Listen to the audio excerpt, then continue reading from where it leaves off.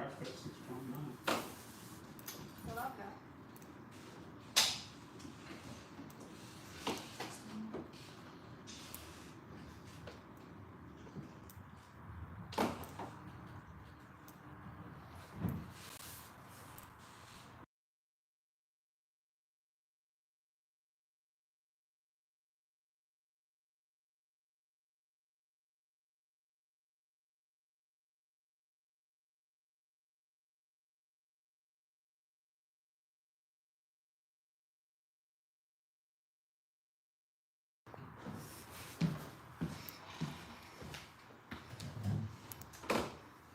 Okay, it's 6:30, so I'd like to welcome everyone here. It's Monday, July 28th, 2025, at 6:30 p.m. I'm calling to order this July 2025 monthly town council meeting for the town of Oolitic. Before we start, I'd like to let everyone know that we are recording tonight for the first time, so your presence in this room means you accept being recorded.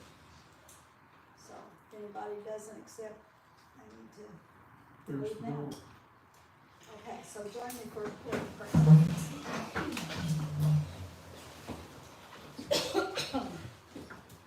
Heavenly Father, as we start this meeting tonight, I'm grateful for the freedom and the privilege we have to get together in this place. May we use this time effectively, always aiming to serve others and with the best in mind for our community. Lord, as students and staff go back to school, may your presence be with them in all situations. All these things I ask in Jesus' name, amen. Now we'll have a pledge. Pledge allegiance To the flag of the United States of America and to the republic for which it stands, one nation, under God, indivisible, with liberty and justice for all.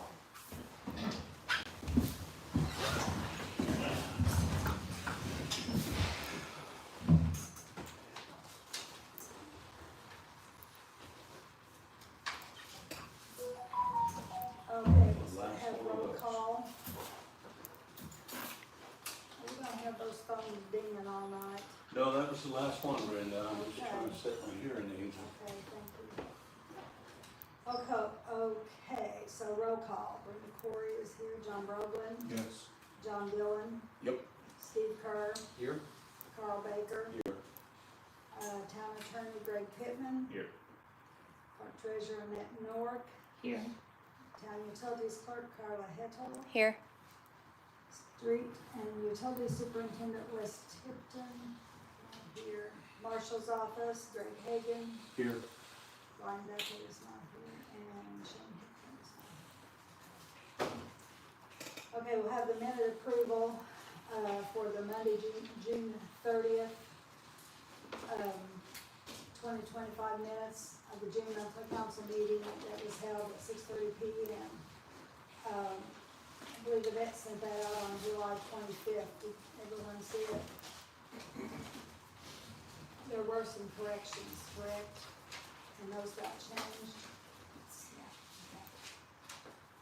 So, do I have a motion to accept and approve the June minutes as written? So moved. Is there a second to that motion? A second.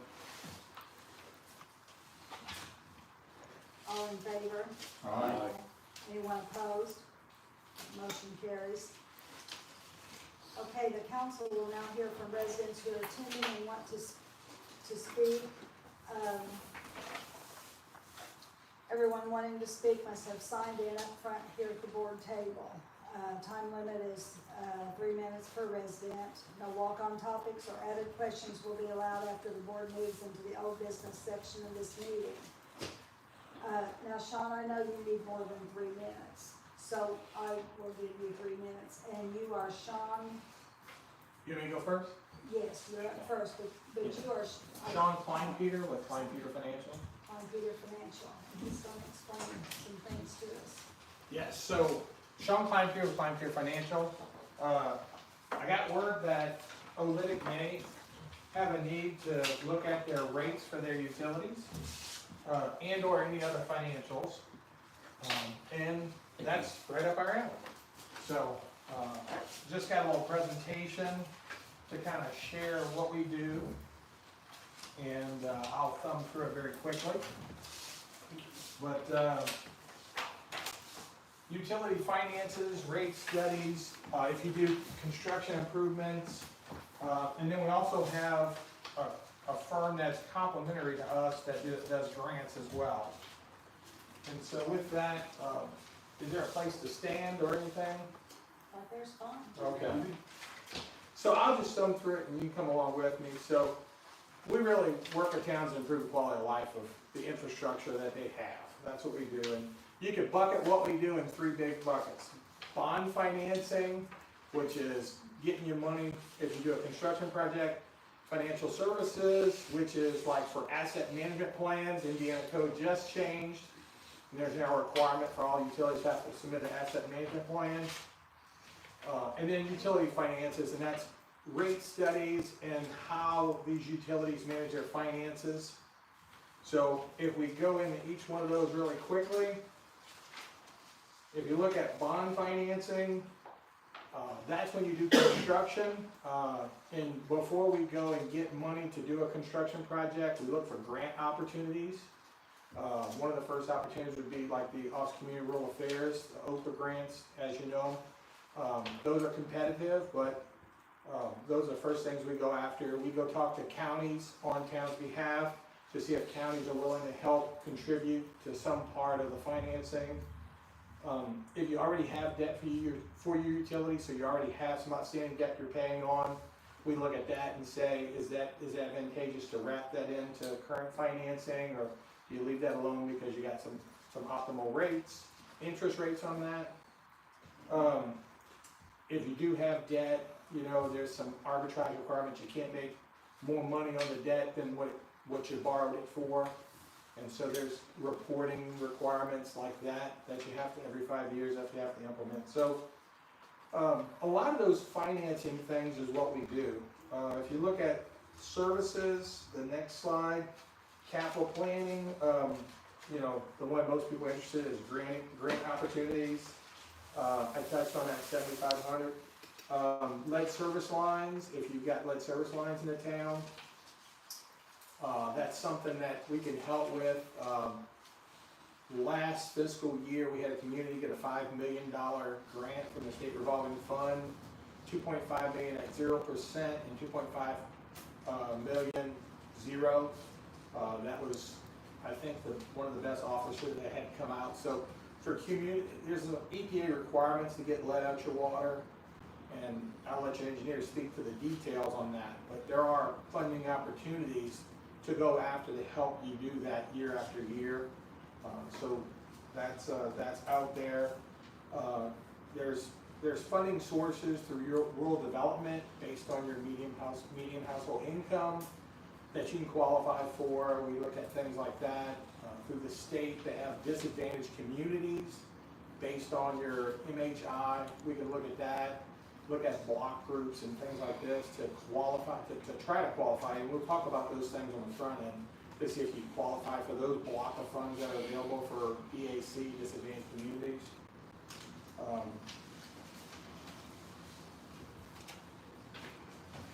And then after that, it really goes, there's a slide for each one of our teams. So you got myself, I'm a municipal advisor, I have an SEC credential, SEC and SRB.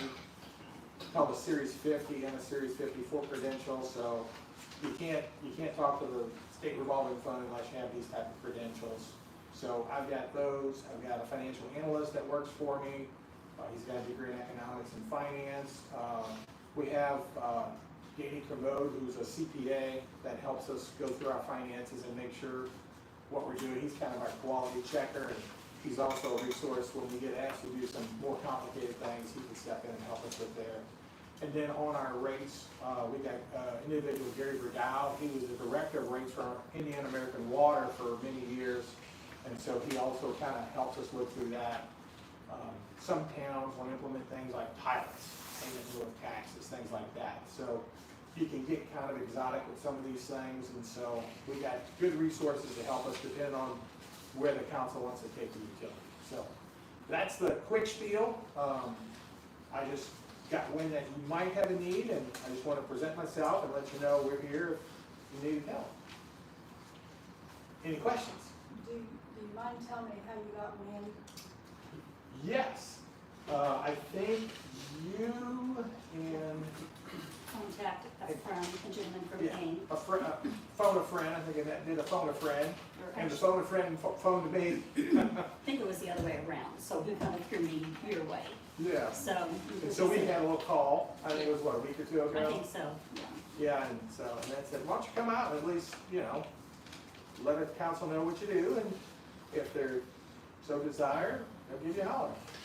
And to my understanding, you work with smaller cities and towns. Yes, as a matter of fact, we're doing a project down in Medora right now. So, I would say that's our clientele are smaller size utilities. I mean, we're not gonna be working in Fort Wayne as an example, We're not gonna be working in Bloomington.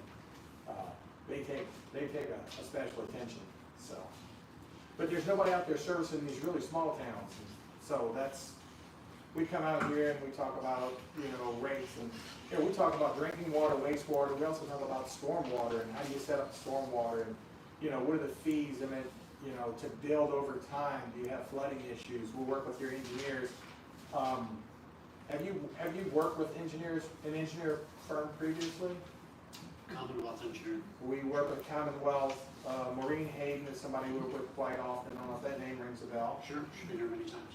Yeah, so we work with Maureen on quite a few clients together, and, so in collaboration with your engineer, really, we're here to support the engineer and the council on where they want to take their utility based on the guidance that the engineers provide. And so if it's a stormwater and you have some flooding areas, then they'll put together a PER, and then the PER they'll share with you, and they'll say, that to really fix this issue, we need X amount of funding. And so then, I've had the pleasure to work with Commonwealth they've called me on many projects to say, hey, how can we do this? And so, first thing we do is we say, how do we go after grant funds that, keeps resident user rates and debt issuance as low as possible? So we always go after those first. And after that, we advise the council on other options for funding strategies, whether it's through the state revolving fund, or whether it's through an open market bond issuance or USDA rural development. And we stay pretty current on the latest changes for those. So as you can imagine, with administrative changes, they've had a lot of changes with the USDA program, so try to stay on top of those.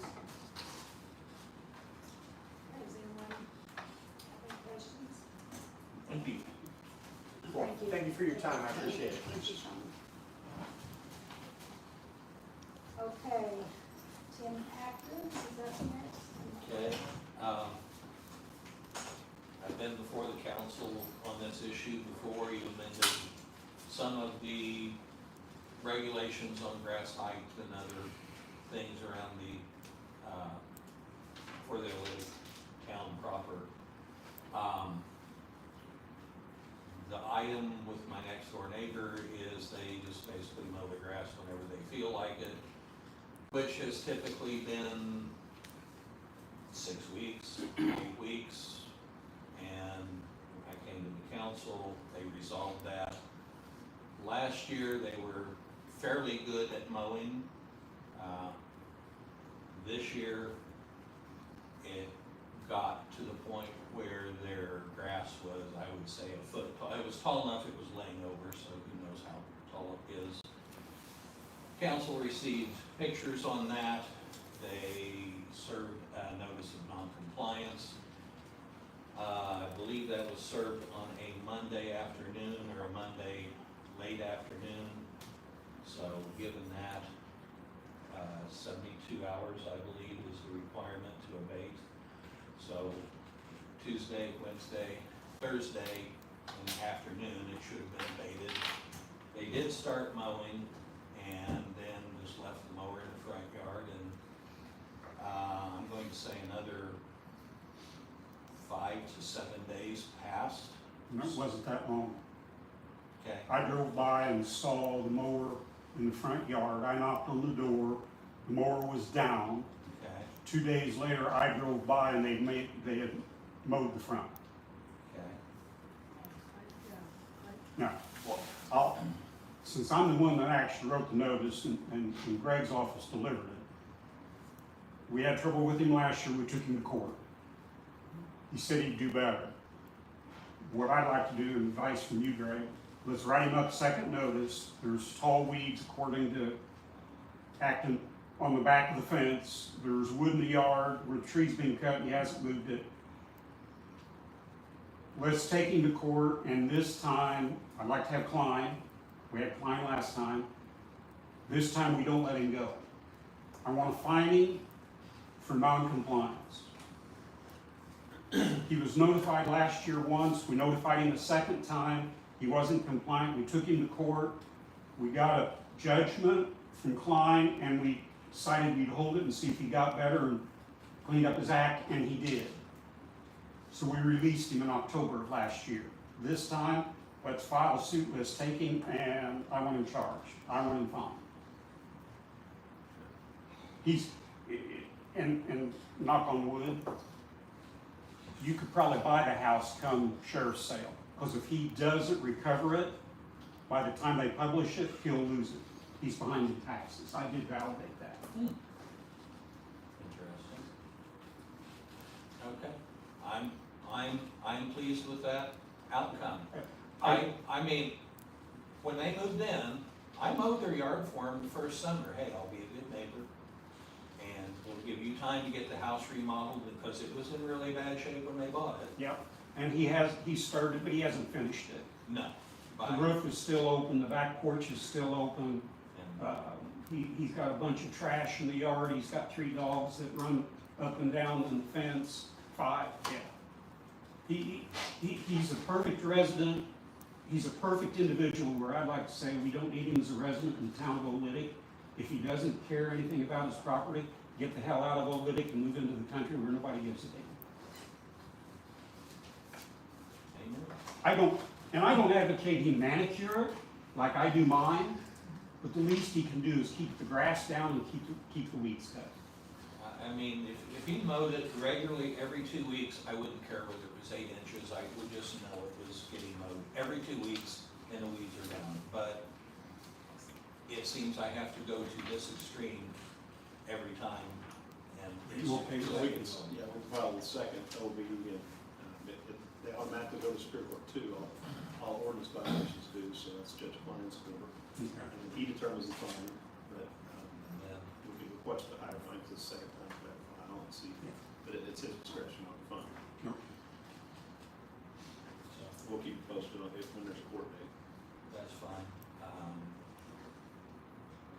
Well, if Steve can text me or whatever, we're gonna go to Texas here in about 5 or 6 days, and we'll be gone for about a week. It's the court case. Probably won't be set back. Yeah, I think last time it took us 3 or 4 weeks Yeah. before we actually had a set court date. And, I don't know, just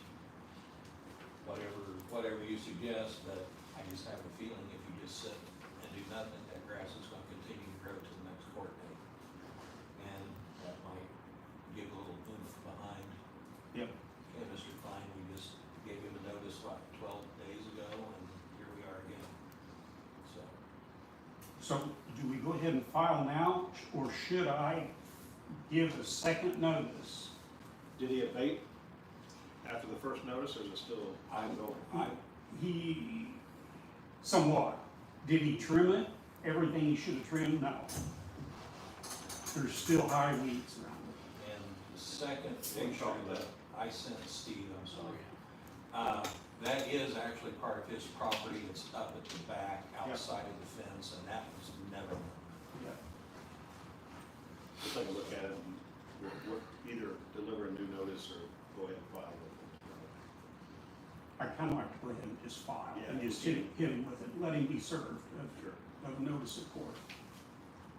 Maybe that'll grab his attention last year. Maybe it'll grab his attention this year.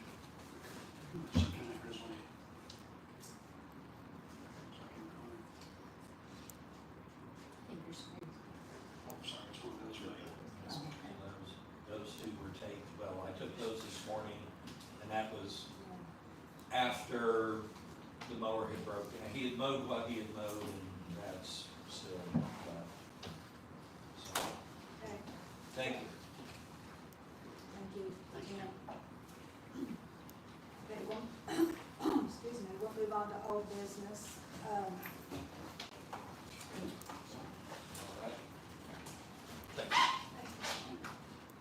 Delinquent water bills of property owners who rent out their homes. Legally, we cannot go after the property owner for an overdue water bill, is that correct? That his renter owes, Right. okay. But the sewer charge can be recovered, Yeah, we know that. we do not, Sewer charge, Lien, yeah, okay. but we have to file a lien against the property yes, And then, okay. you can, yes. for the sewer charge only. We can't go stormwater or trash. Okay. Do we have any other alternatives, Greg? Well, file a small claim and get a lien, and a judgment's a lien on real estate owned by them, of course, they're the tenant, that's not the, so they have owned the property, so it's not a lien on the property where they're residing, but Yeah, so, turn off and collect, I mean, that's. but if we go to small claims, it's against the account holder, not against the property owner. Correct. So how do we, if we win judgment in small claims, we've got a judgment against them, but we've got nothing, no asset to back it up or nothing, no way to go after it, right? Right. What the statute says is you can verify the credit upfront before you allow them to have the account. You can't force the property owner to be on the account or to guarantee it. So you can't force the landlord to be on the account. But you can check the credit of the tenant who's asking for the account to be open. Get a larger deposit, security deposit or whatever. Things like that. You can't force the landlord to be on it, and you can't do a lien on the property. You can't hold the landlord responsible. So that's where we need to go to, I hate to say it, I hate to use two names, Chris May and Eric Cope, and say, get your head out of your backside, guys. Why do you allow us to do a lien on sewer, but we can't do a lien on water? It doesn't make sense. It's a utility. A utility's a utility, regardless of what the utility is, right? That's where the law is all screwed up.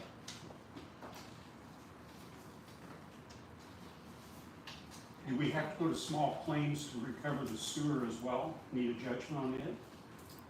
Yeah, you put the lien in, still file the ordinance, or I'm sorry, the small claim, yeah. Okay. You do both. Do you know from, Carla, from a utilities perspective, how many of those instances like that we have? A handful. And the other way to collect that the city of Bedford's had some success, and I think Oolitic has as well, is filing on the TREX system through the state, intercepting any state Yeah. income tax returns. Yeah, I have everyone on tracks currently. I mean, we had some hits this year on tracks, and I keep adding to the file throughout the year so that next year, come upload time, we're ready to go. But there are still some where we don't have success on. I guess if we can attach to the property, that would be the way to go. They could definitely do that, there's no reason not to. They have and I think we've had one that questioned it and asked for a hearing. There's a process to appeal, they have to initiate it, they have to come before the town and ask, and show why they don't know it. You make the decision, so we had one hearing like that a couple of years ago. Yeah. Basically, what it boils down to is we can't do anything other than file for the sewer, and if we want to go to court and get a judgment against the renter, we can do that, but then there's no guarantee of payment from the judgment even going to court, since they don't own the property. Okay. Thank you, Greg. American Legal Publishing, still in Still in process. process. There'd be a few days of slow down and nothing else happening in the week. I might be Right, right. Okay, so we'll move on to new business. John, I'm going to turn that part over to you. Okay. That plays in front of you, I do. We've got resolution 5 tonight. Given finances and the fact that Brenda and I and the rest of the council put an edict out the first, I want to say March or April, of watching spending, and basically the budget, we zeroed it out and said anything you need to spend outside the staple of keep the lights on and payroll has to come through Brenda or I. One of the things we did look at, and we realized that the funding reports are not 100% accurate, but we had 5 funds that, according to the old funding report, had some dollars in them. So I asked Greg and Lisa, I said, here's 5 funds, can we go after these funds, abolish or delete the funds from the funding report and move all those dollars into the general fund for general expenses? And the answer was yes on 4 of the 5. So resolution 5 tonight is basically, whereas the Common Council of Oolitic finds it in the best interest of the town to abolish certain police funds established for specific purposes and transfer the remaining funds in to the town's general fund, is basically what it amounts to. The 5th one we could not touch by law was continuing education fund for police. That is mandated. The ones we are abolishing for now, and as funds and account balances become much more tolerable, these funds could be moved back into these funds. But right now, we're going to transfer them out. One of them is the police donation fund, the crime control fund, the ordinance violation penalty fund, and the police auxiliary fund are the 4 that we're going to collapse, zero out the balance, and move any of those funds into the general. Okay, John, those are already, those are the general fund. Those are the NVH, the police, those are all considered in the general fund. Are these appropriated? They're line items. They're not funds by themselves. So those are just considered line items.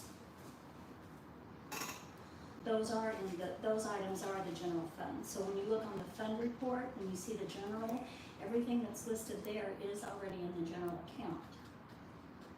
So those items right there are not funds within themselves. They are just simply a line item.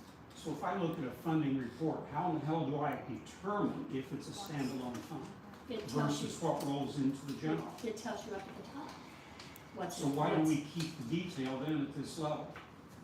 Because those are considered line items, that is for budgeting purposes. So fuel, you budget your fuel, just like MVH. So But we don't budget these, do we? the police auxiliary has never been anything. I mean, they've not put things in there, and that was part of the budgeting process that Steve and I were working on, was to just clean up some of those, because some of those are not utilized. I mean, it's even like with the MVH, there's paint in there.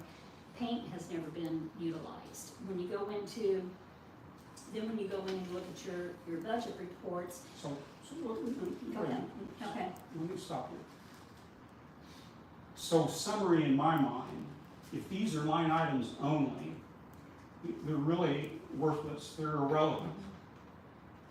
I mean, you don't have to have those line items, because like at budget time, so let's say for instance, at budget time, you have in your police fund, let's say that you expended everything for the police vehicles. And you went over with police vehicles, say you went over $1,500, but you still had $2,500 in fuel. You can transfer I'm that aware of money. that. Right, but that's what I'm saying, that's because anything that is in the general fund can be moved. So those items that you're talking about there are just strictly line items. They're not a fund in themselves. They are already part of the general fund. That resolution abolishes those line items, and that money's moved just in general fund. It could be used for any purpose after it's transferred. Right now, it's allocated for those purposes, and you have to spend it on those. So that's, But call it fund or line item. And that's where if it's in there, where it's the resolution, that's what I was trying to say at the end of budgeting time. If you've got more money in one account then the clerk treasurer just presents the resolution and says, I want to transfer X amount of dollars into this account, and that's what you do. I get that transfer, but I guess what I'm trying to figure out is, I'm gonna use an example, police donation fund. Let's say it's got $500 in it. That's part of the general already. But the way I understand it, as the donation fund, we'd have to spend it on the police since the $500 is on that one line item, right? You could still move it, as long as it's within I the general. I could move it, but moving it would be the same as this resolution. That's what we're doing, Yeah, that's what we're doing, So right? we're doing away with that line item as well. Right. It's not. How much money are you talking for? Well, at one point in time, and remember, I said this when I first started this conversation, we can't rely 100% on the fund balances. But Approximately. at one point in time, and don't quote, or Okay. I'm gonna say it's auxiliary, but it might not have been, there was one of those 5 funds that was amounted to a little over $10,000. Now, take that 10,000 with a grain of salt, right? Because we're still reconciling and balancing previous years and rolling forward, right? But right now, the whole focus should be concentrating on controlling expenses, not spending anything that doesn't have to be, right? And in my mind, if this police donation fund has $500 in it, but that $500 fund balance can't be spent on anything but a police donation fund, then I say we zero it out, and it is still right now part of general, but then we don't have to spend it on a donation of whatever the fund was given.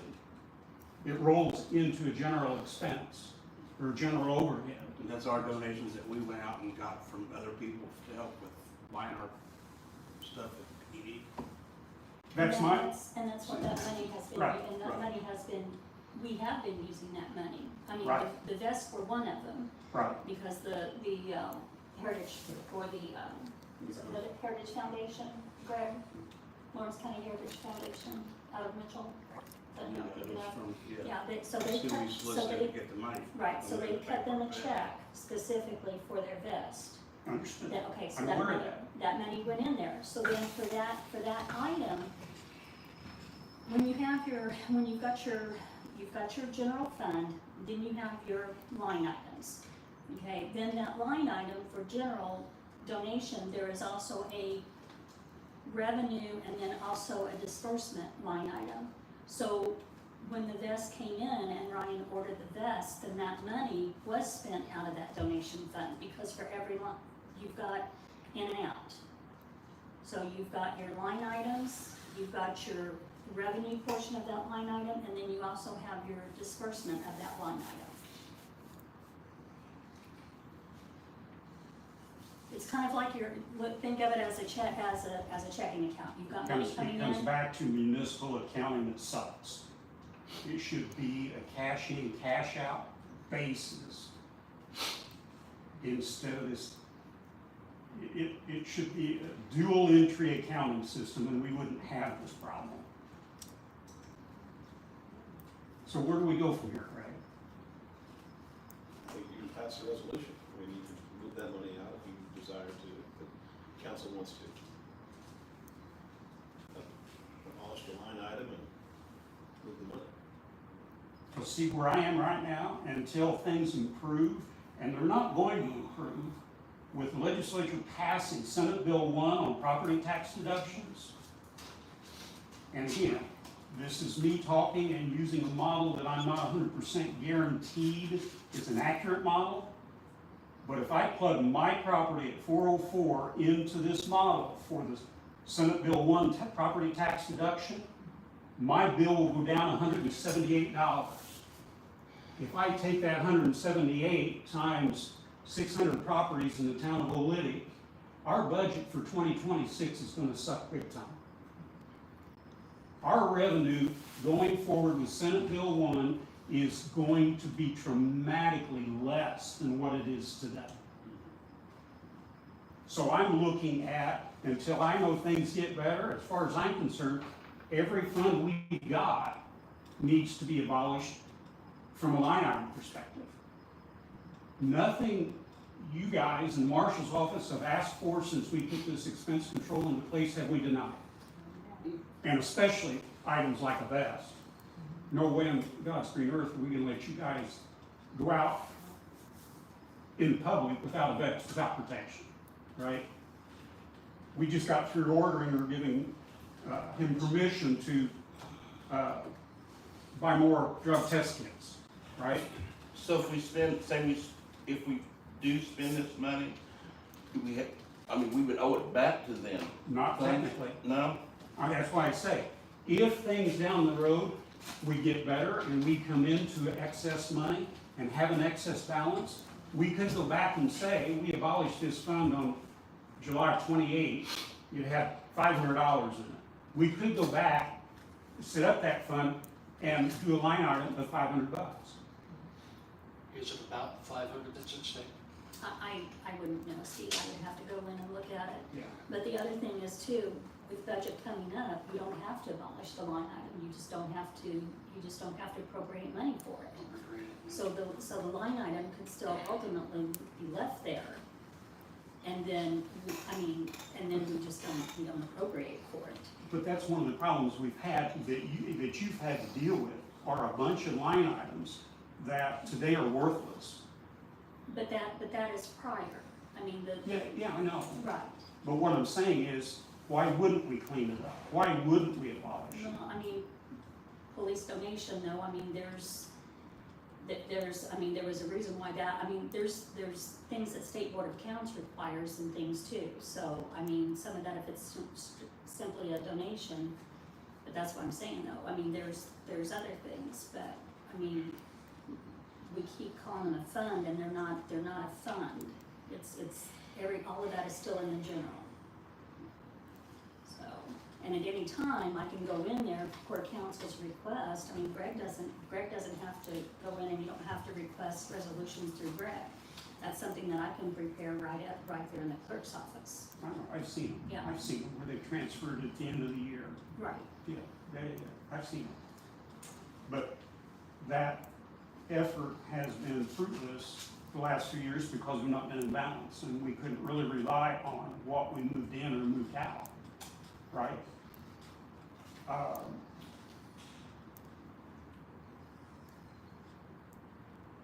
What's the rest of the council?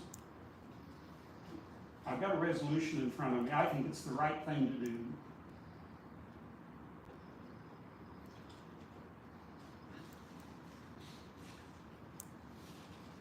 I'm in favor of it, John. We need to move these funds from, they're important funds. Police donations are important funds. These are difficult circumstances. We should move these funds into the general fund and have more freedom with them. I think we're gonna need it.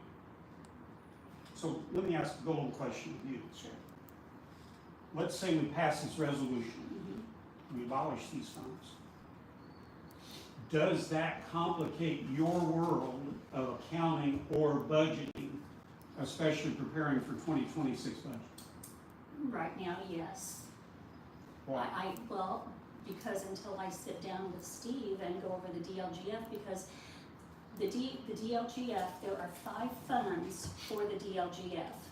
You have general. I've seen that on the ordinance and resolution that we You passed. have MVH. Yep. So police does not have its own. Police is in the general fund.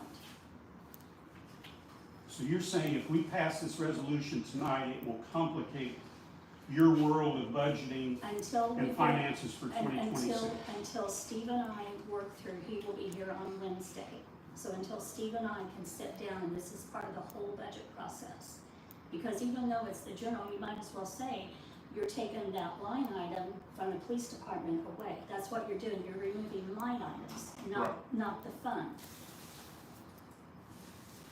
And that has to go, and that's part of the whole budgeting process, is fuel, is for uniforms, all of that.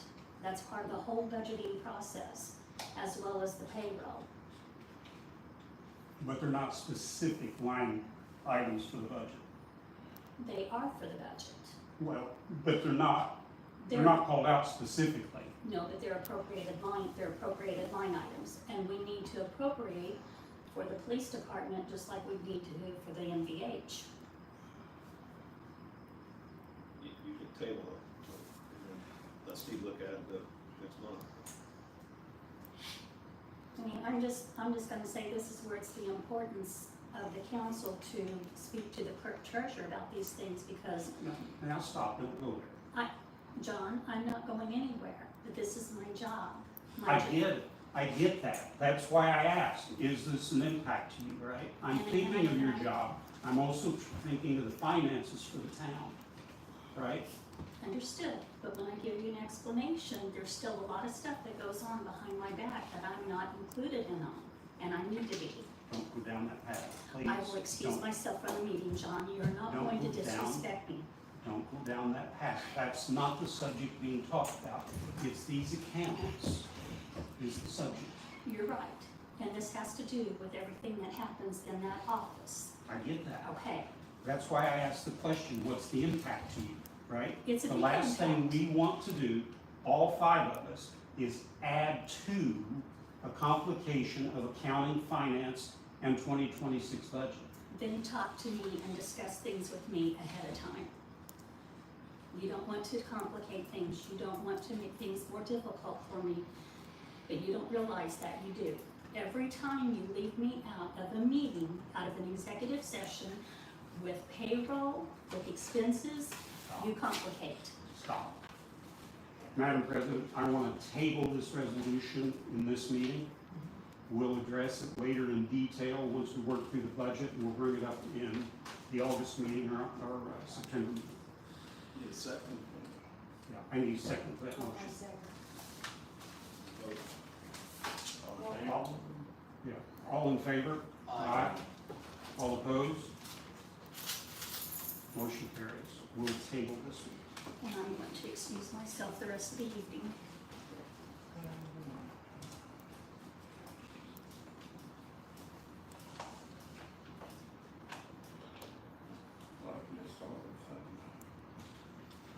Issue that.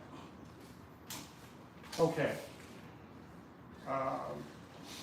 Ordinance 9. Let's continue.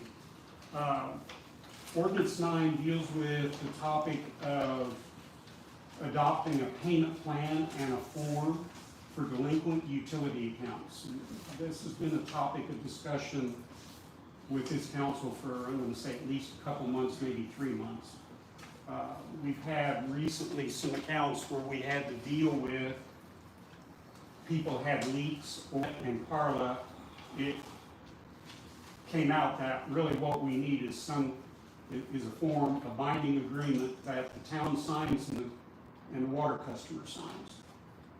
So going to Greg, and I talked to Greg about this last month, and I think the month before, Greg and Lisa have come up with an ordinance adopting a payment plan for delinquent accounts and utility plan form, which is part of this. And also then the form that would be filled out. Don't worry about it, don't worry about it, don't worry about it, don't worry about it. So here's the ordinance, it's ordinance 9, it's basically adopting the plan of the ordinance and the form. Lisa gave us two, an option 1 and option 2. I went with option 2 because it allows us more flexibility in how many plans or payment plans a customer can have in a year or 2 years. It gives us the flexibility on our side as well as flexibility on the customer's side. Yeah, when I was drafting this, I thought I could see a problem where someone wanted to do it multiple times, take advantage of the program, so you really can't pick and choose too much who you allow to do it, who you don't, so it really needs to be a policy, it's uniform. So I thought you might wanna do it once a year, or you might wanna do it once every 5 years, 2 years, so I left it blank there and prepared 2 different versions of it for you. And I had a conversation with Carla on what her experience has been, right? And what we thought was, if you get a big customer, and I used Hayes as an example down here in Lafayette, he had a huge leak, and I think almost a little over $1,000, wasn't it? Yeah, it was close to 1,500, I think. Right? So it was huge. So in an instance like that, we really need to spread it out, and he could go over a year, right? Now, he was making extra payments, worked an extra job, and he paid it off.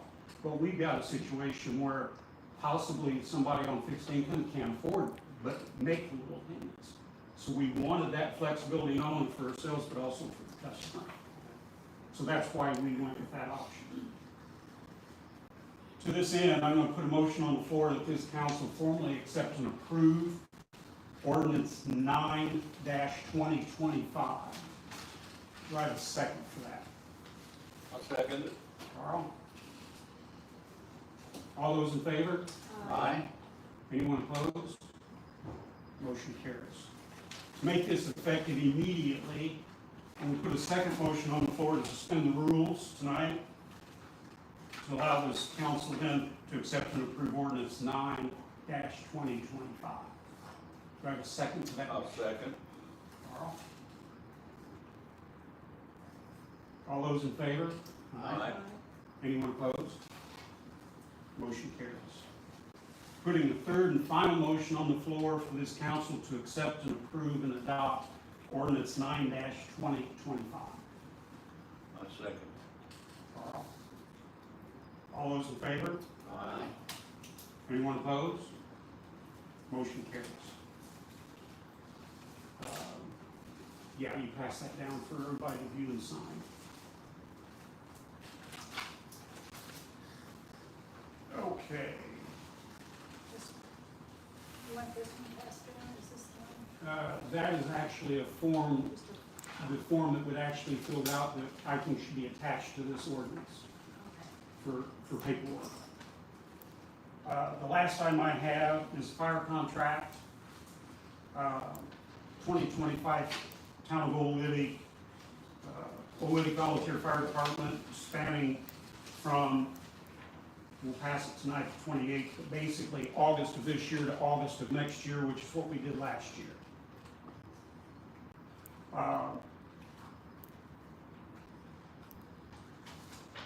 There's several new things, Ted, that you probably will want to review. I put some more teeth in it. One of the things that I added, and Greg left it in, and they may not sign, but based upon the insurance debacle that we've gone through, one of the things I put on here was a signature or acknowledgement from RT Insurance in Crawfordsville saying they're not liable for this contract, but by signing it, they acknowledge that they've read it and understand it. The communication that Brenda and I have had recently sucks, right? We weren't aware the policies got canceled. We weren't aware that the policies were rolled into Marshall. We weren't told that when that merger backed off and didn't happen, that they started new policies on 5/1. We were the last to know. So one of the things I put in here, and Greg agrees with it, is with the town paying the insurance, we have to be co-insured on it. I want a COI on all three policies. And if they send an email to you or somebody else in the department, regardless of the topic that concerns the insurance policies, if this town isn't copied, I'm gonna raise hell with all of them. I mean, we've got to be notified. We're spending taxpayer money, right, to fund this insurance policy. We have to be copied on everything. Our financial obligation to the department right now is, what did I put in here? $60,044.40 a year. I look at that as being a huge impact to the town budget. So we've got to do better in communication. Now, whether RT will sign this or not, I don't know.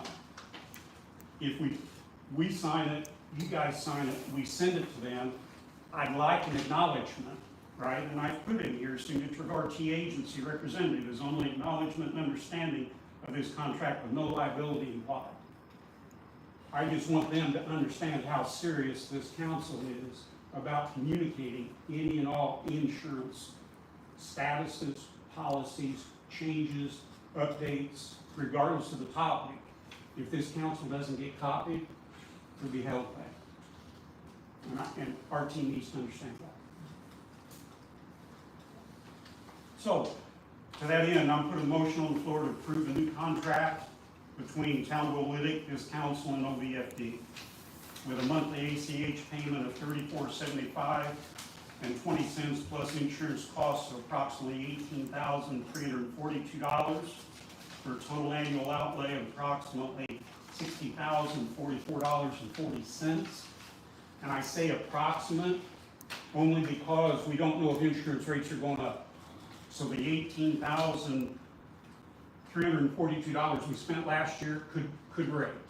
My homeowners went up this year and my car insurance went up this year. So I'll be surprised if this doesn't go up. So that's why I use the word approximate. Do you have a second to my motion? I'll second. Steve? All those in favor? Aye.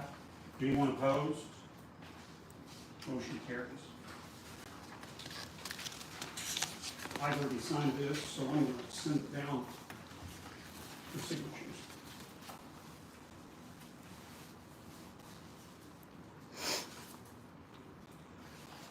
So that took care of the resolution, the ordinance, and the fire contract.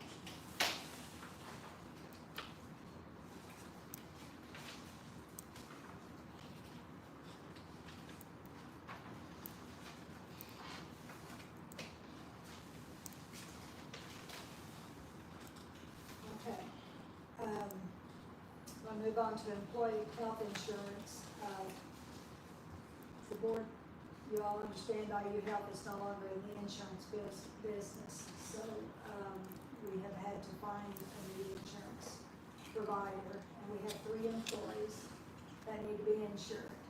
2 of the employees will be insured by United Healthcare, PPO, and this is the provider organization, the monthly cost of $496 and $436 respectively.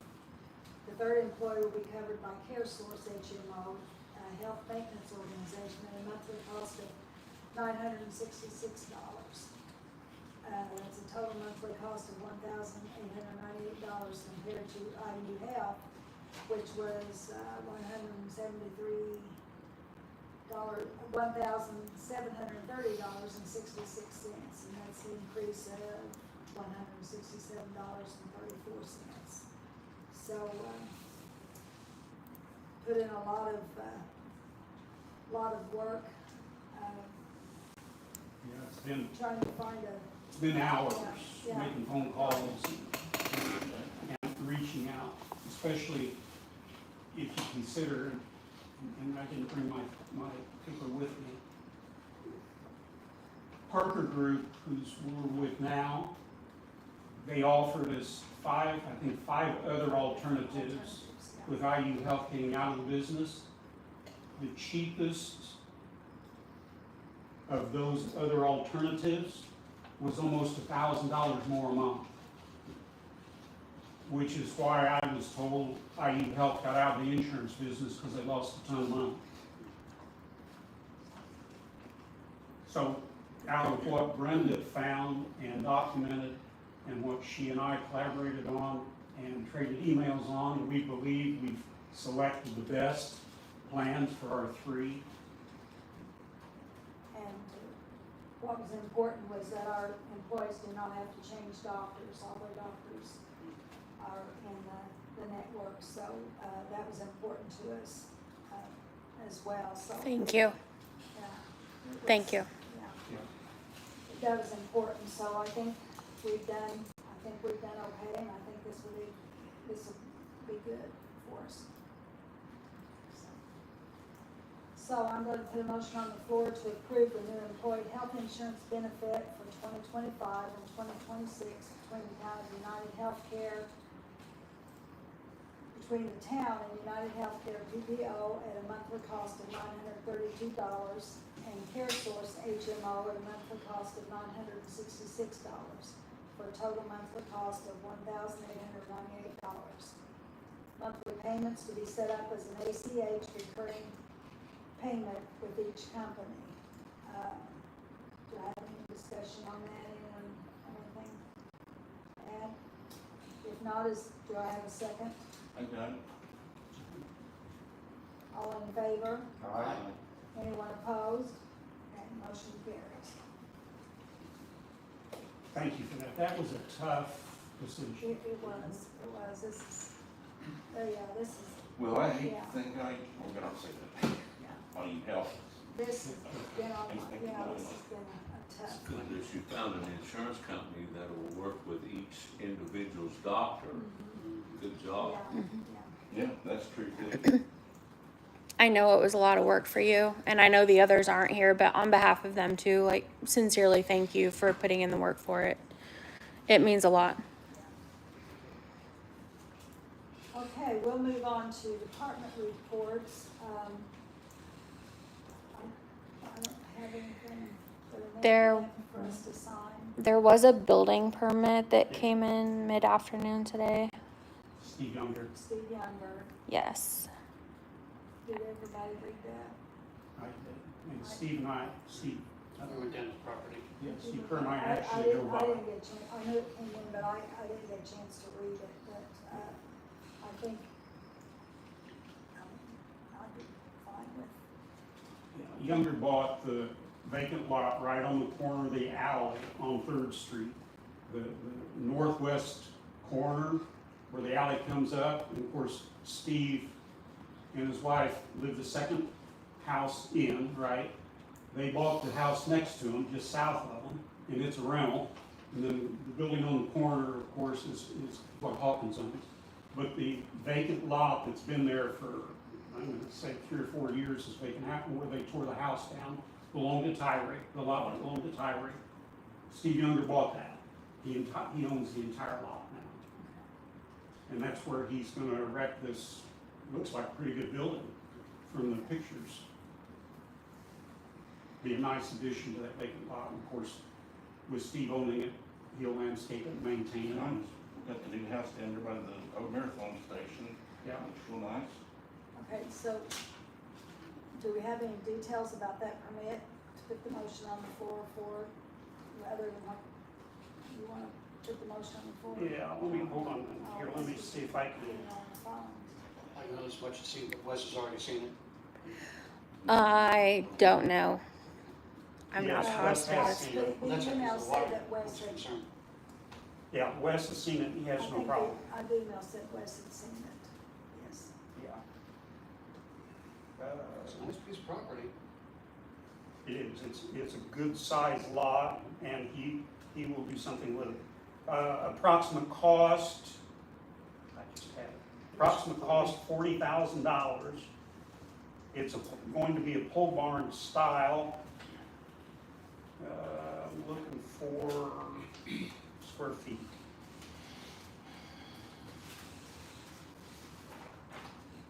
Might be, I'm not finding it.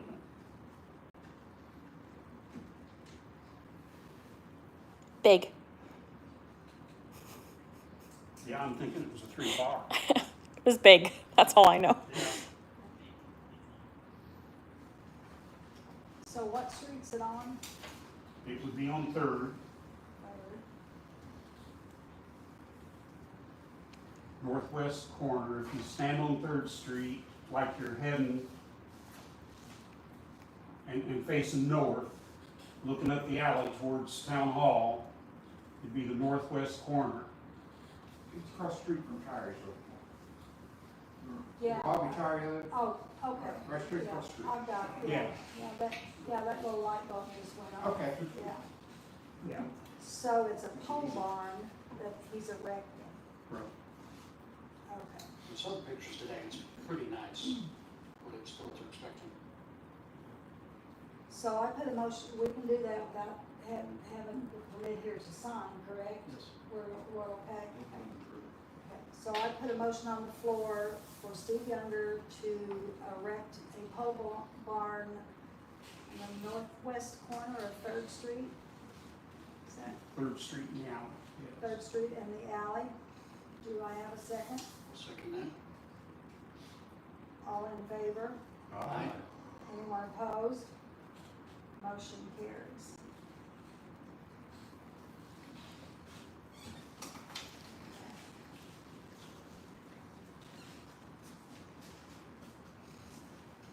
There were no invoices.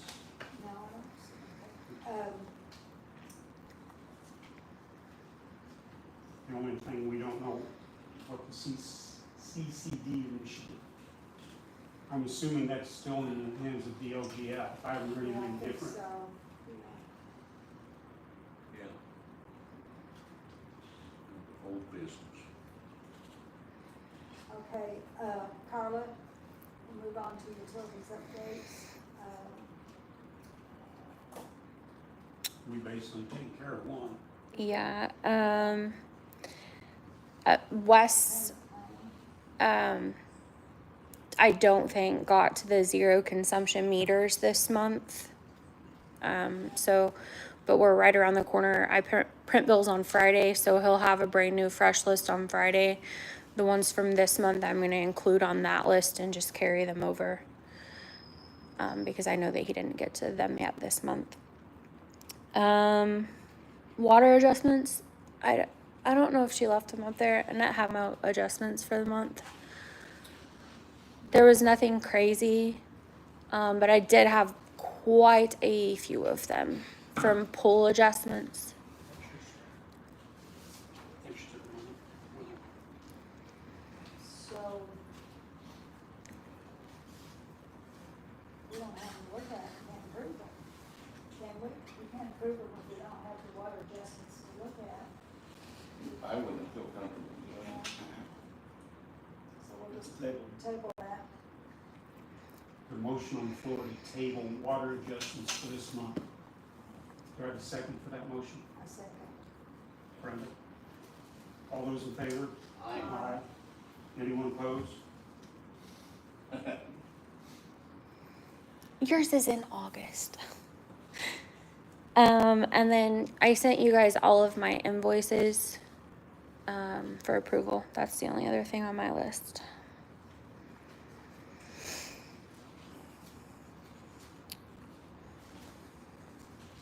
Probably sign, do I sign them? Adjustments.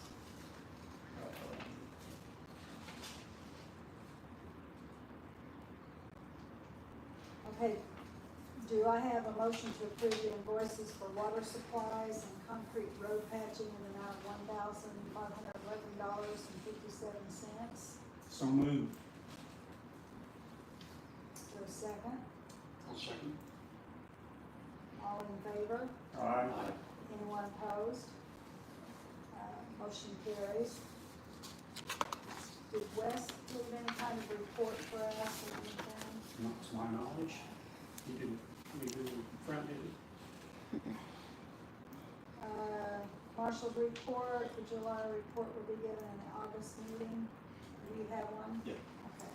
So we had 40 police services, we had 0 accidents, we had 4 medical calls, we got 5 open investigations. We had 33 community policing, we had 1 vehicle, we had 15 agency assist, we had 11 traffic stops, 11 warnings, 1 citation. Served a warrant.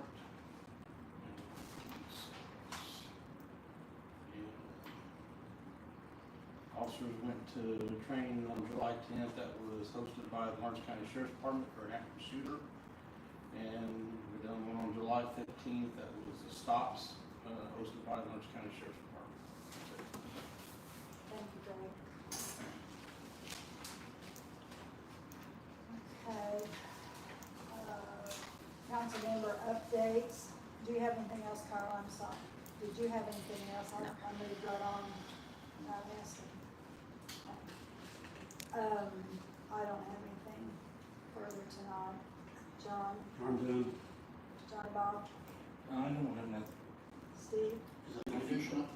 Carl, Yes, I've got a few, things that, to talk about. The, Oolitic Firehouse,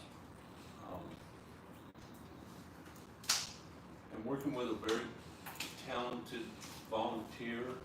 Her name's Brenda, and she's done some work for us. If you'll bear with me just a moment, I'd like to read a page.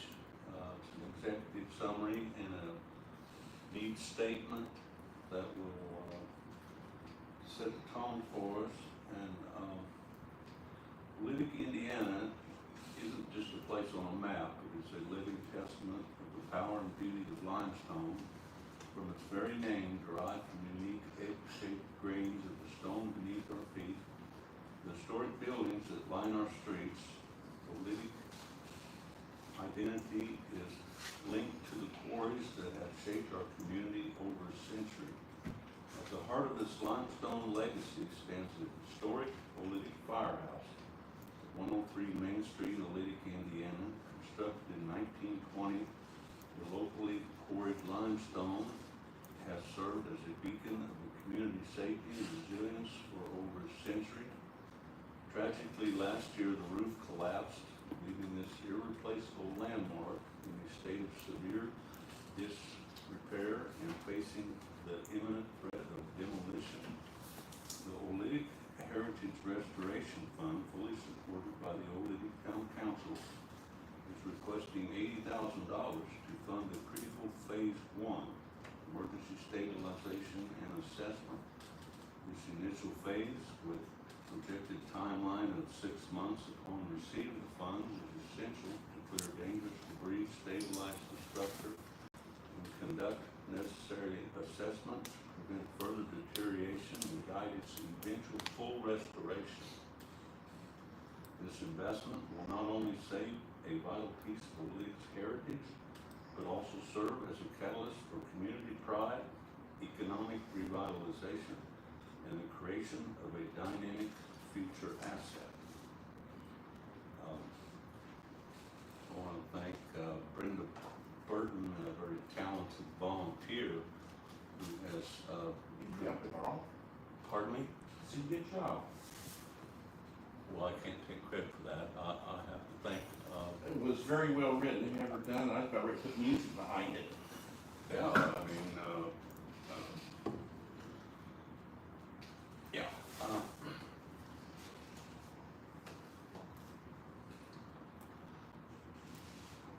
Bear with me a moment. There's more. You can never be. You think you're prepared, you know, and then it gets complicated. This is no small undertaking. It's a monumentous task, and it's going to require a lot of planning.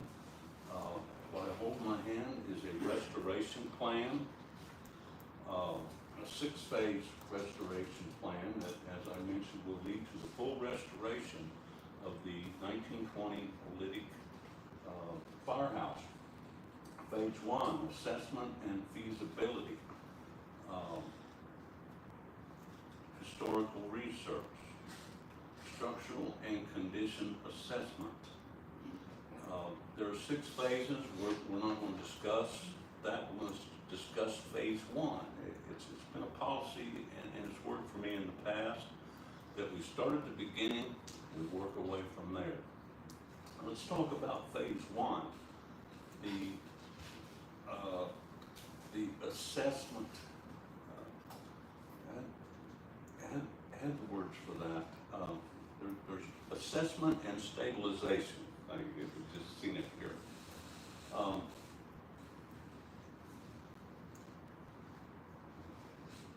As John mentioned earlier, tax dollars are not going to do this for us.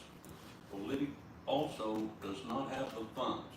Oolitic's not going to spend one dime for this project. These funds are all going to come from outside sources and grants. It's very important that a nonprofit organization is formed for the purposes of fundraising and distribution. That's where these funds come from. These grantors, give money to nonprofits. The Oolitic Heritage Restoration Fund, I've done a great deal of research, read hundreds of publications from the IRS and have educated myself on how to form a 501c3 that will aid Oolitic to make our dreams come true. I mentioned the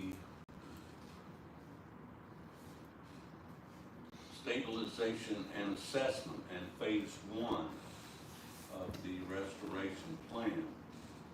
Grant money, we need money to do that. Already we are a member, recently I spent $50 of the Oolitic Restoration Funds for membership in Indiana Landmarks. I hold in my hand a grant application for an additional $5,000 in funds for the purposes of the Emergency Stabilization and Assessment Phase 1. This opportunity is all pending the formation and council approval of the Oolitic Heritage Restoration Fund, a 501c nonprofit organization whose activities are fundraising and distribution. And our activity is the restoration of the Oolitic Firehouse. The roof fell in. We need $80,000. First of all, we need to have this assessment and then move forward with a grant. I've got a grant source right here. I'm not going to mention their name. These grants, maybe they want to remain anonymous, so I'm not going to mention their name, but we have grant sources. We feel optimistic about receiving funds to put a roof on the firehouse. And as I mentioned, and I'll probably mention it again and again, the full restoration of the 1920 Oolitic Historic Firehouse.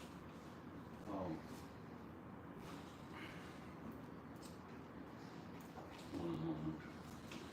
We've already moved forward, not moved forward. We have plans to move forward with an estimate, a structural evaluation of the firehouse. The structural evaluation of the firehouse would amount to about $3,500. I've got a quote on that.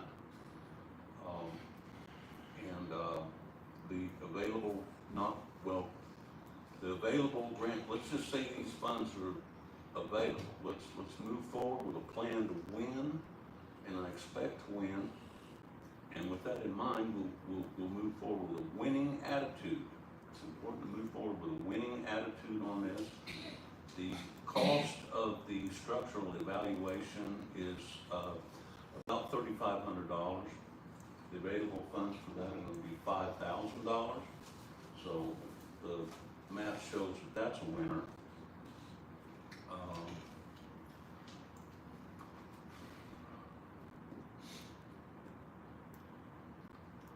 As I mentioned, the Oolitic doesn't have the money for this. Tax dollars are not going to pay for this.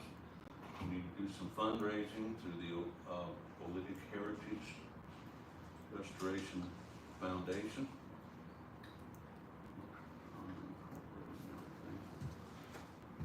Before I put a motion on the floor for the Oolitic Board to approve the development, creation, if you will, of this Oolitic Historical Restoration Fund, are there any questions? Can I answer any questions from anyone? Questions about that? Well, if there are no questions, then just, yes. What do you Do you see any reason, do you see any reason, any issues with? Establishing the fund. Right. Normally you'd have a resolution establishing the fund, so it might be, it's okay for the council to approve it, but subject to a resolution being presented at the next meeting. They can go ahead and approve it. Will you be getting donations between now and the next meeting?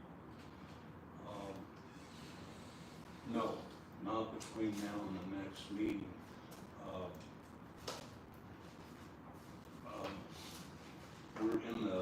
We're in the process. I've got a grant application right here that's contingent upon the formation.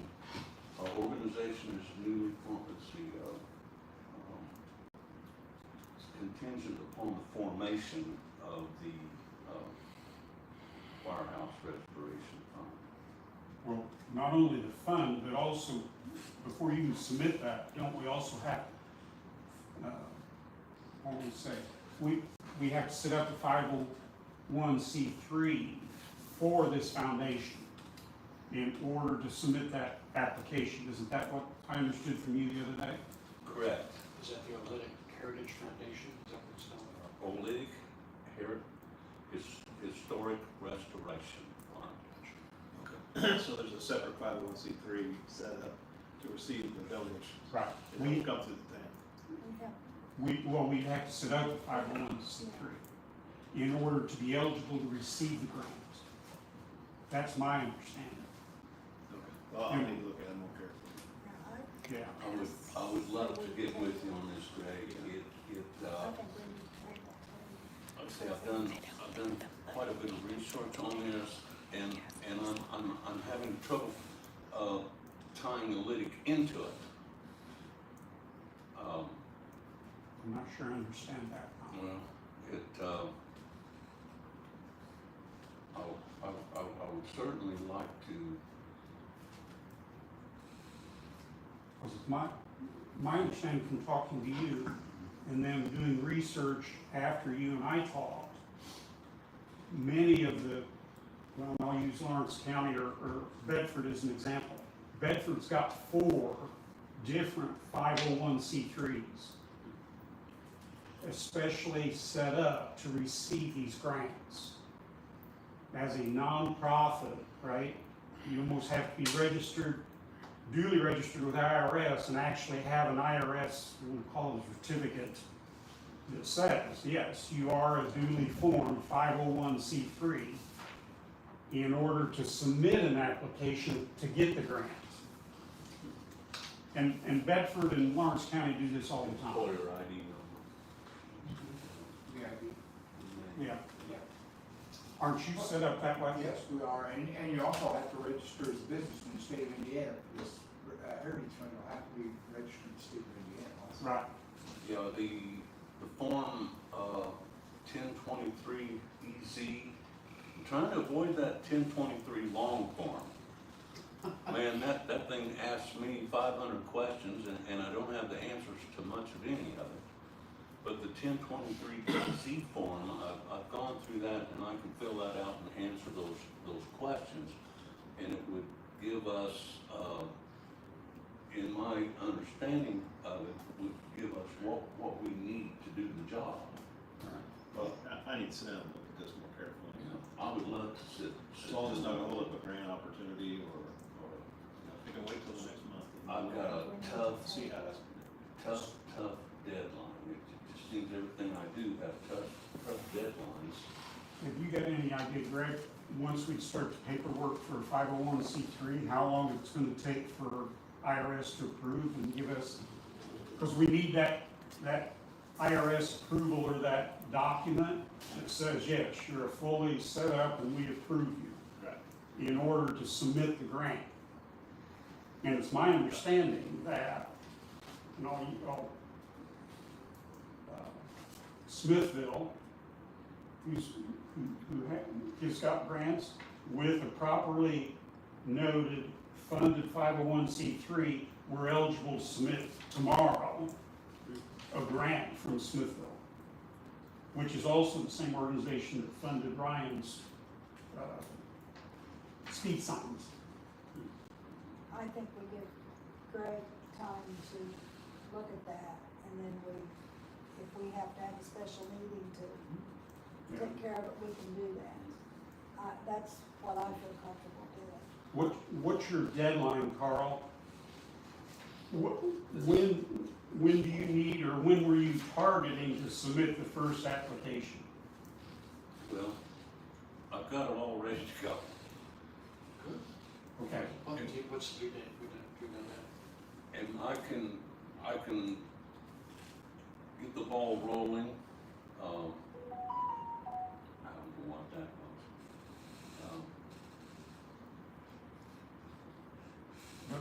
Are you up against a hard deadline, a hard date Yeah. for this year? What's that date? I have that right in front of me. Because that will tell us, Is this it? that will tell us how much energy that we and Greg need to put behind it, and if we need to schedule a special meeting to pass a resolution that formally lets the board approve this. Is this it, September 12th? Thank you, Steve. No charge. Thank you. The online application for the 2025 cycle will be available from August 1, 2025 through September 12. No applications will be accepted after September 12. 6 months. July, August, September, it's almost an impossible deadline right now. Why do you say that? You don't think we could submit a 501c3 app and get it approved by then? August 3rd, or we have to wait a few more months. I don't like these deadlines. And Our monthly meeting for August is Monday the 25th. Which would be about Which then 15 gives us days, yeah. another 2 weeks, almost 2 weeks, to meet the September 12th deadline. And we could submit this stuff and for an emergency grant, they can give the money to the city until the nonprofit is set up, is a possibility. Do you have any experience in doing the 501c3? Yeah, it's been a while, but it generally takes longer than 30 days to get approved. That's what I was afraid of. When you're dealing with the IRS. Yeah, we've got some nearly impossible deadlines we're working with. But if you can show it's pending, and show them the application has been filed, and like you just said, maybe the grant money could be paid to the town and held by the town until the 501c3 is established. Then transfer funding. We kind of ran into something similar with the Kiwanis stand because the Kiwanis Oolitic is not a 501c3. What we did in the meantime is found an executor for donations that required a 501c3. Hoosier Uplands actually did it for us. But it's someone who basically is a 501c3 and can accept those funds on your behalf because you're not a 501c3. And we just presented our executor information. So that's also something you may look into, Carl. So you may be able to escrow in the time being. I would make our 501c3 available for you if you want. I will take all the help I can get. So what do you have that you can, well, I guess, Greg, what do you need to start the ball rolling? Well, I wanted to look at any information you got on the grant and then requirements for it. Hard copy, hard copy. 501c3, the town can't be a 501c3. I don't think. I guess it has to be a standalone 501c3. That's what I'm getting out of the IRS stuff. Yeah. Okay. And the purpose of which would be to support Yes, the project for the town. right. Um, It'd be set up and ran just like Bedford does or Lawrence County does. Are you talking like the BRI and? Yeah. What I was getting from the IRS is, like Greg said, it's a standalone nonprofit company. Yes. incorporated. Yes. Have its own That board would of have directors. Yes. its own board, Yes. its own articles of organization, bylaws, a treasurer, an account, and, You've already got the tax ID. I have a tax ID number, employer ID number for the, for it, through the IRS. You get bylaw, but how did you get the tax ID number? I applied for it online, got it just bang like that, so they handed it to me. I also have a copy of the articles of organization. I'm not certain, and it was just plagiarized from a template that the IRS provides to you. I'm not 100% certain that bylaws are a requirement. There's room for them if the organization feels they need bylaws, then they have to be submitted. But, It's my understanding, I thought we had to have bylaws. That's what I think you will. Yeah. okay.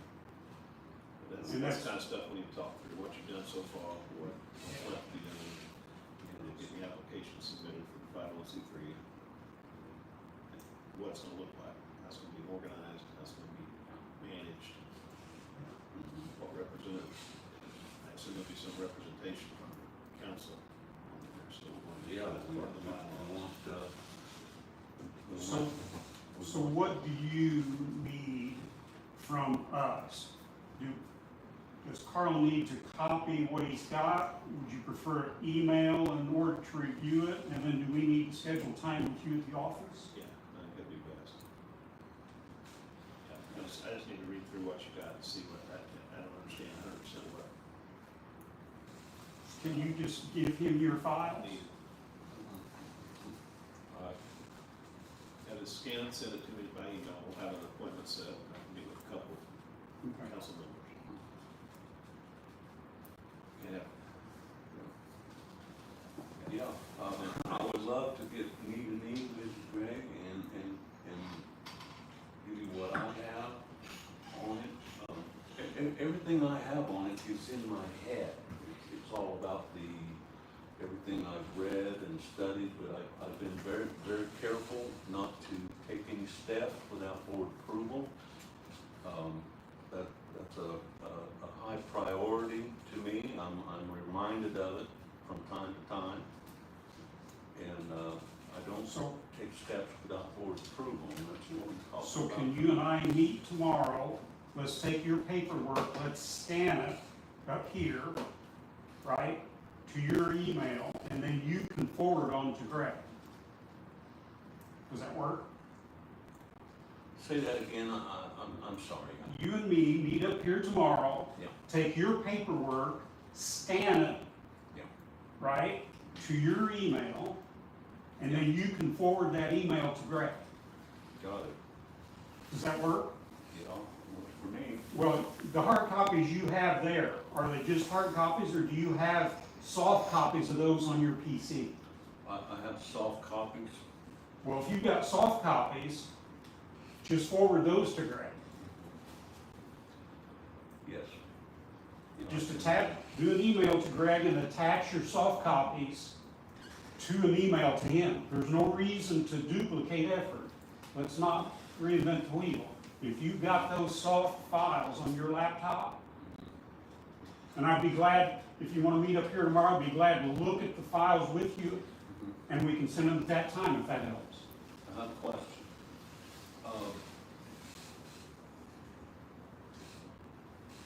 What type of board approval do I need to move forward with the establishment of the 501c3, the Oolitic Heritage Restoration? Because I need to get that established as soon as I possibly can, because these grant windows are closing on me. Well, but Greg just said that, right? When Greg looks at it and understands it, then we'll move forward. What we need officially, though, is a resolution, that's what I heard from Greg, that would establish this Oolitic Heritage Foundation, whatever we're calling it, right? Historic Restoration. Historic resolution. It took me a week to We get that. need a formal resolution document presented before the board, Mhm.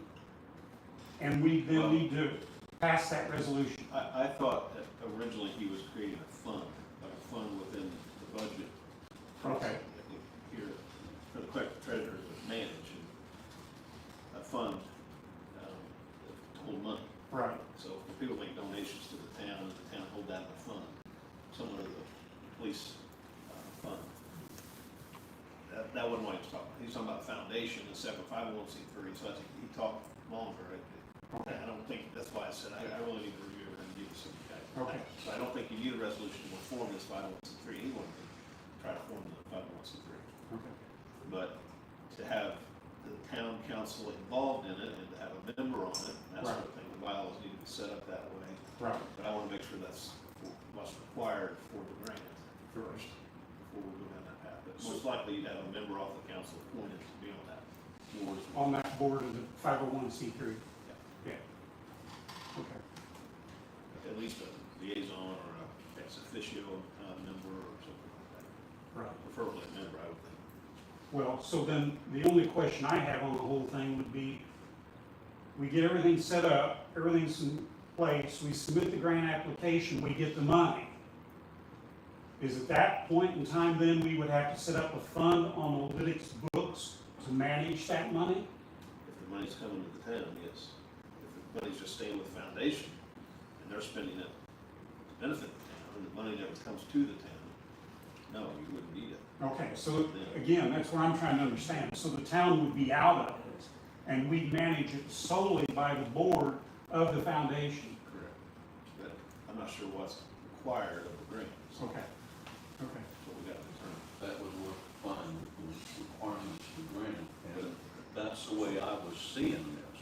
Okay. But this So- is just completely being set up in my name, and that the foundation would be, have a bank account where the, funds would be placed in that account. Right. The fundraising, now the distribution, is all for the purposes of Oolitic. These are outside funds coming into Oolitic. Yeah, That's, yeah. that's the whole ballgame.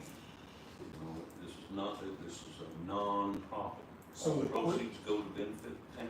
So the quicker you get home, either tonight or tomorrow, you need to take what you got in front of you, your soft copy of those files, and send everything to Greg. The quicker you get it to Greg, the quicker we can react to this. Make sense? Thank you, Carl.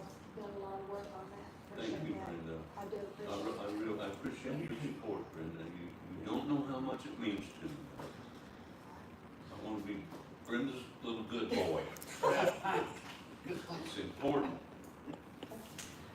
All right. Greg, do you have anything for us? No. Okay. Okay. Whatever you need. There being no other town business to come before this July 2025 monthly meeting of Raleigh Town Council, I make a motion to adjourn this meeting at 8:07. It says 8 o'clock. 8:03 p.m. on July 28th, 2025. Do I have a second? Sure, I'll second that one. All in favor? All right. Anyone opposed? Okay, motion carries. Meeting is adjourned.